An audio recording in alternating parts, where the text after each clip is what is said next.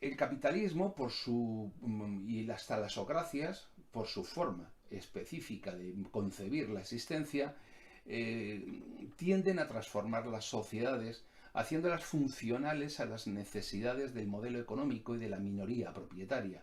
Y para ello, pues cultiva formas perversas de vida, sin ningún tipo de problema, formas perversas de vida, equiparándolas a las formas de vida naturales, transforma las relaciones sociales, familiares y cualquier otra forma de relación del sujeto con su entorno y con la comunidad.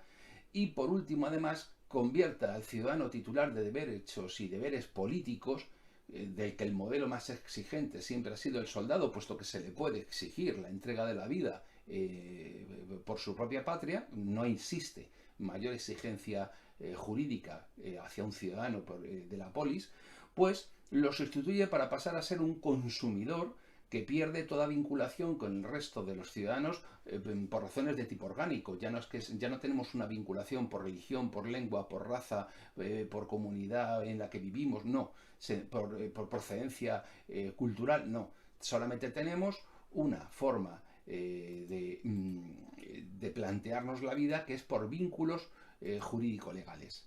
Esos vínculos jurídico-legales que son la única razón, la única red, el único tejido social.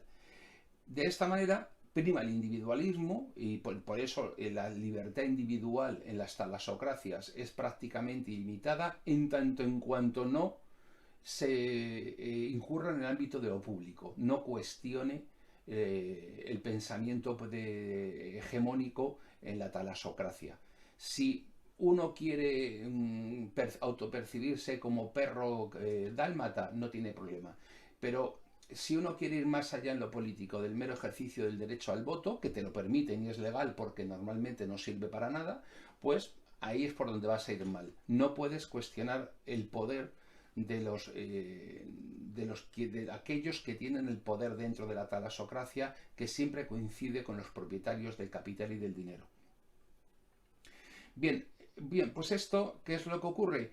Que obviamente necesita, al ser el modelo, el dinero, el único criterio de excelencia y de éxito social, no solamente que prime el valor del individualismo, sino que todo ese sistema lo que genera al final es un peligro para el propio sistema por la presencia de la pobreza, de la ignorancia, del hedonismo y por lo tanto la renuncia a cualquier deber, del caos racial, del caos cultural, del caos religioso, del caos étnico. Desaparece, la gente termina siendo gente desarraigada, que no tiene ningún sentimiento de identidad o de pertenencia y por lo tanto caen en constantes crisis de identidad. Es clásico en las talasocracias el suicidio, es clásico las enfermedades mentales, los trastornos, los ansiolíticos, los antidepresivos, los somníferos, pues porque son sociedades esencialmente antihumanas. En este modelo social en el que la tenencia de bienes es lo que se identifica con la plenitud del ser humano en la Tierra, a lo largo de su vida, pues la posesión de las posesiones materiales, la obtención de placeres inmediatos y las sensaciones constantemente novedosas, porque una agota a la otra y necesariamente tienes que, para volver a experimentar el mismo placer que te produjo la anterior, volver a consumir otra, pues cobra un papel esencial. Y para todo eso aparece una idea que fue además una idea íntimamente relacionada también con los amigos de Fagin y de Shylock, porque Edward Bernays, sobrino de Sigmund Freud, con cuya madre tenía un lío Freud durante años, pues fue el creador de esa profesión que se llamó relaciones públicas. Pero ya en la propia, al final de la propia Edad Media había un contraste grandísimo entre los Shylock y los comerciantes europeos en la forma de vender su producto. El comerciante de las naciones europeas no hacía publicidad porque, de hecho, de ahí viene la frase aquella de que el buen paño en el arca se vende, porque era su prestigio el que le avalaba. Sin embargo, la persona que se acercaba a ti y que te asediaba y te asfixiaba con una oferta de un producto era siempre Fagin o Shylock. Y luego ya en tiempos modernos, la aparición de aquella campaña famosa en 1913, en el desfile del Día de la Libertad en Estados Unidos, promocionando el consumo de tabaco por la mujer como sinónimo de libertad, es decir, la creación de necesidades de Edward Bernays, fue el modelo sobre el cual se asienta toda la publicidad moderna y que es inherente al sistema mercantilista y capitalista talasocrático. Bien, obviamente para poder consumir hay que tener dinero y si no lo tenemos aparece otra figura que además tiene una función de control social, que es el crédito. El crédito, las personas piden crédito para consumir a crédito, para obtener bienes que no necesitan a crédito y a cambio de eso se ven limitados en su libertad para poder tomar decisiones porque al tener una deuda no pueden decir me voy a otro sitio o cambio de trabajo. Y la deuda esclaviza no solo a los países, también esclaviza a las personas. Por eso el crédito, la tarjeta de crédito, el crédito al consumo, tienen un papel muy relevante en la economía talasocrática y en la sociedad talasocrática.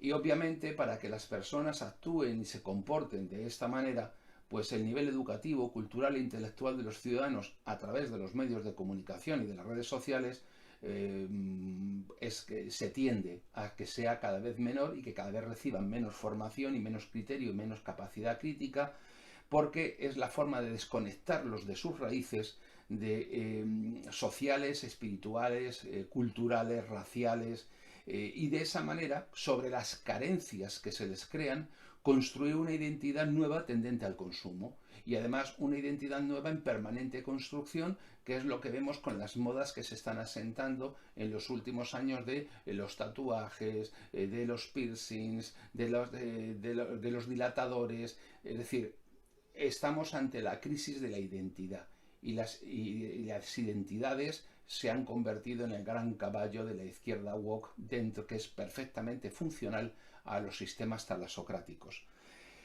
En resumen, esto lleva lógicamente a una total falta de espiritualidad y de religiosidad.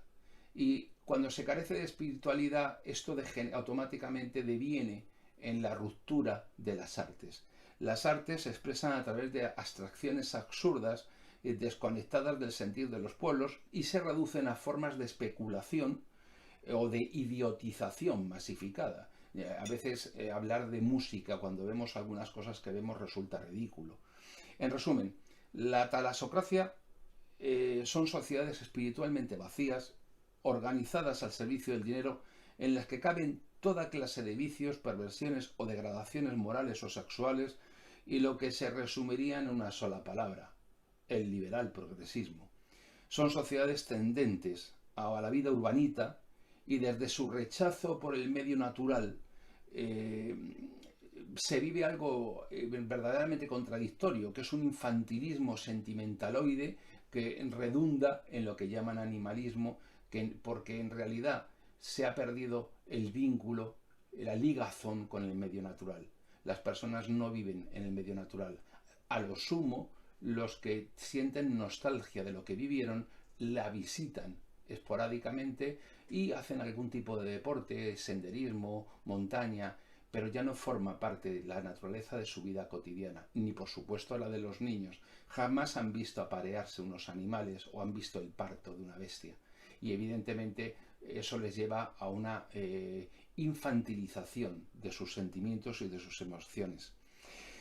Por último, la forma que tiene la talasocracia de imponerse siempre es sutil y combina la presión diplomática, mediática, económica, moral y militar en un modelo de guerra híbrida en el que busca controlar al país que albergue el recurso que precisa, de tal manera que una de dos: o traslada el recurso a su economía, o se asienta en el país para explotarlo directamente allí, o por el contrario controla el recurso para que las potencias competidoras no se hagan con él.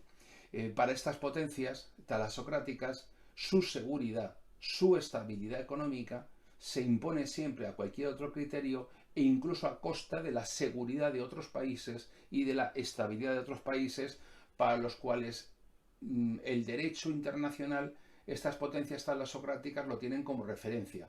De repente, voy a poner un ejemplo histórico para no irnos a lo más facilito, cuando el Reino Unido, el Imperio Británico, hablaba del principio de libertad de circulación en los mares, libertad de navegación, en realidad lo hacía con el interés manifiesto de penetrar en el resto de economías y de países.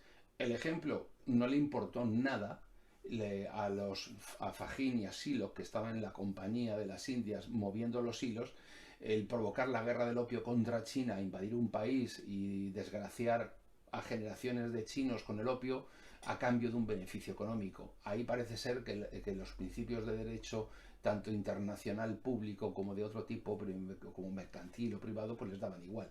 Entonces, siempre son hipócritas, falsos, interesados y convenientes. Y esa es un poco la descripción que podemos hacer de las potencias talasocráticas.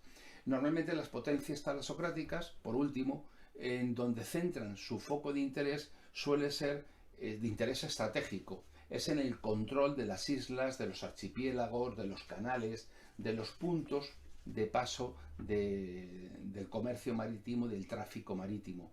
Son las rutas marítimas lo que quieren controlar.